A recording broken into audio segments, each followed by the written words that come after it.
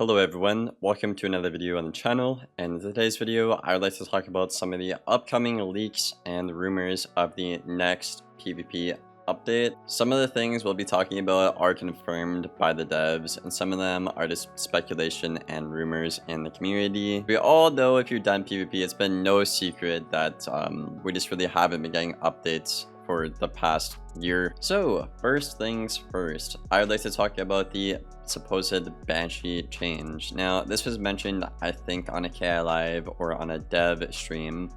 Essentially the devs were thinking about buffing Banshee as to make a better blade counter and all with the rise of PvE strats. Now I know what you're thinking. You're probably thinking, Liam, weren't we just in the Banshee meta for an entire year last year? And yes, we were, guys, so it seems a bit silly of them to recreate that problem again. They also teased at the fact that Banshee would be minus 50% chromatic weaknesses, which is actually literally 50% better than what it was in the Banshee meta. And if this update actually goes through in terms of the Banshee change, I think this would probably go down as one of the worst Wiz updates we've ever seen, alongside of the Shield Gambit one that happened a couple months ago. Because if the entire community is going to complain about one card and then you're going to reintroduce it but make it 50% better, it's insane. And the whole rationale for them wanting to buff Banshee is because PvE strategies are good.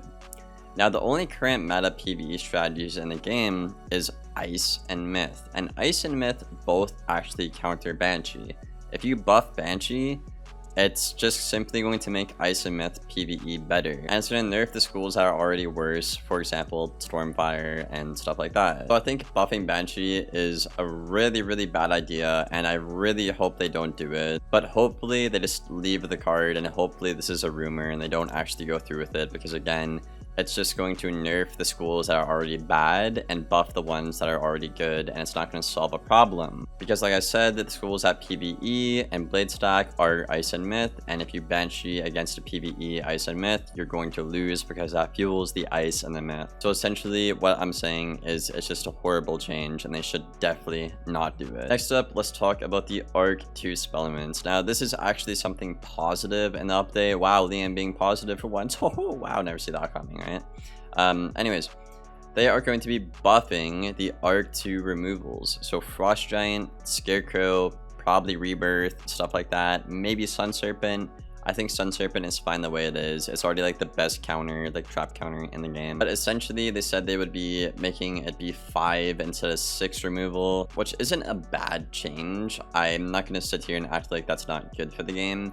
I think a better use of their time would be to actually make the buffs or the debuffs and all more potent. Instead of removing more buffs, they could just simply buff the potency of the trap and all, because an issue with the PvE strats is that the other opponent can't actually kill them or buff up to kill them in a reasonable amount of time. So if you buff up the potency along with the removal, for example, that would simply make PvE strats not as good to do. Next up, let's talk about the upcoming Drain nerfs. Now we have been waiting on this for quite some time, as you know.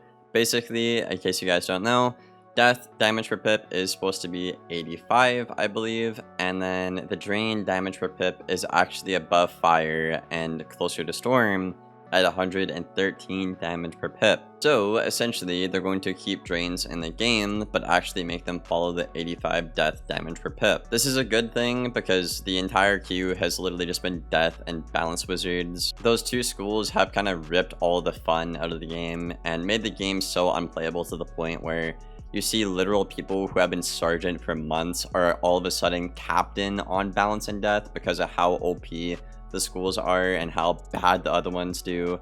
Regardless of skill, if you're just on a death or a balance, you will just win, and that's not good for the state of the game at all. To put this in perspective, guys, my balance, who has been pretty high ranked all the 5th age, even though I haven't been playing a lot recently, I do stream the game, right? I don't really pay attention to what the hell I'm doing on my stream.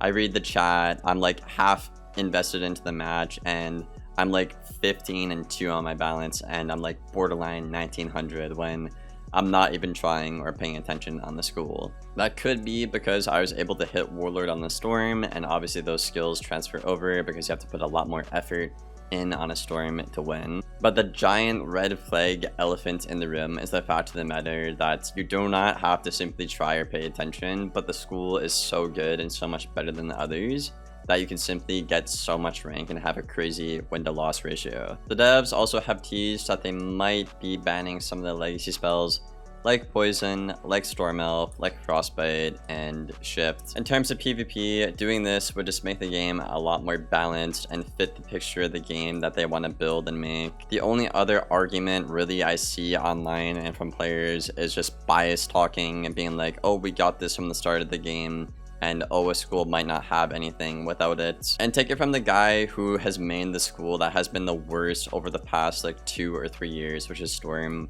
Storm only has Storm Elf in the meta, but if that means Storm Elf has to go for a more balanced product all around the board, all 7 schools, not just Storm, I am all for giving up Storm Elf. Will I miss the pet? Yeah, probably, but I do want a competitive, balanced game at the end of the day, and contrary to what some people believe, I do not want Storm to just, you know, be number 1 and be super unbalanced. I would just like Storms to be rewarded for actually playing better than their opponent for once in the game. And yeah, that's pretty much all the news I got for y'all, guys. There's not really anything else that I've heard or just been teased or leaked or, you know, rumors like that in the community.